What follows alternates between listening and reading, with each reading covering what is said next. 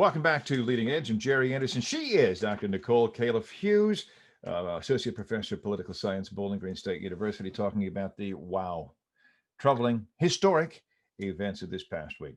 Even after the attempted coup at the U.S. Capitol, Congress went forward with its business, and a handful of people still.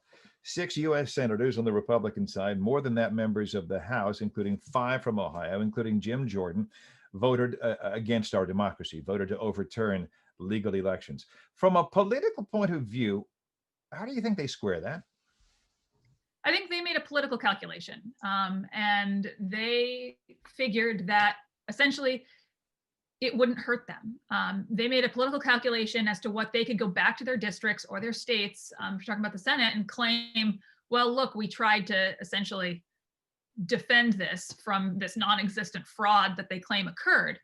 And they're assuming and also hoping, particularly for members of the House who are going to have to start running for re-election pretty quick here with the 2-year terms, that that's what their district wants. And so they're essentially perpetuating this idea of fraud by staking that claim on the floor and in the congressional record. And they've made a calculation that that's going to help them. And it's going to be very difficult in the days and weeks to come but to Nicole, square that with what happened. These are not dumb people. These are smart people. Yep. They know that these elections were not fraudulent, do they not? Oh, of course they know that. Okay, they know that. So they are wantonly, actively, and willingly, they are willing to lie to their constituents because they know their constituents will clap, give them money, and vote for them. Is that right? Correct. Yeah, the truth doesn't always sell. So it's essentially, you end up in a position of saying what they want to hear and taking these positions, and they're free to do this because they know it's not going to change anything. If they didn't have, if they thought that they were actually going to make a difference, if they were actually in the majority in Congress, it would have been a little bit riskier, I think, in their calculation. Right now, they're free to say whatever they want. They know there's a Democratic majority. They know they're not going to actually risk overturning the election because that's not a thing. So they're free to take these positions, claim credit for it while knowing there's no actual risk. And that's what McConnell's speech addressed. Yeah, that the president led this debacle does. I don't think it comes as a surprise to anybody who has studied, read the books, looked at the documentaries of his private life, a very dysfunctional family kind of thing going on. What gets me, what angers me is the failings of lawmakers who have enabled him for some 4 years. And some will say, Jerry, what did I do? What did I say? And too often the answer is, you said nothing. Silence is often complicity.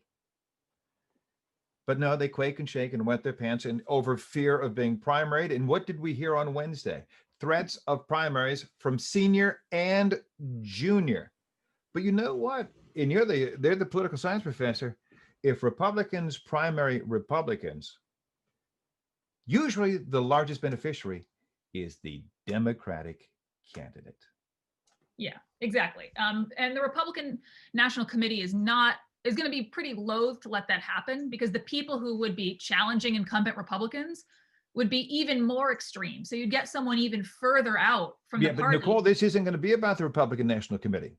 This is going to be about the defeated president and his boys around him who are going to gin up people to primary anybody who didn't stand on the wrong side of this vote.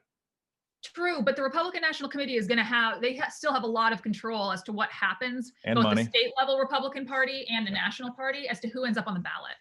And so they're going to have to, they would have to at least be a willing participant or go along with it. And I think particularly after the inauguration, you're going to get pushback on a lot of this. I think everything that happened yesterday, the insurrection, as you said, the coup, that's going to take some of their political power because they just spent a lot of their political capital, and you have a nationwide group, including members of their own party, looking at them wondering what on earth just happened and what have we allowed. No. Well, I know for some of them right now, they're coming out pounding their chest and it's like, it's too late. 4 years, you stood around, hear no evil, see no evil. All right, I'm out of time. It is great to meet you. And I would love to have you back on the program anytime you want to come back, because I love talking about American government. In Europe, you're a person that studies Congress. You're a glutton for punishment. No, I love it. Congress has the approval rating of usually around 18%. And that's I always say about my shoe size, and I'm like a 12. No, I love how many people hate it and how we just reelect everyone, and I love how weird they are. All right, so we have much more to talk about. Yeah, anytime. Let me know. I love doing this. We have to leave some problems out there to solve those in the future. Okay. Dr. Nicole Kalaf-Hughes at Bowling Green State University. Thanks for being with us. And when I come back, folks, the very slow rollout of the COVID-19 vaccine. This is Leading Edge.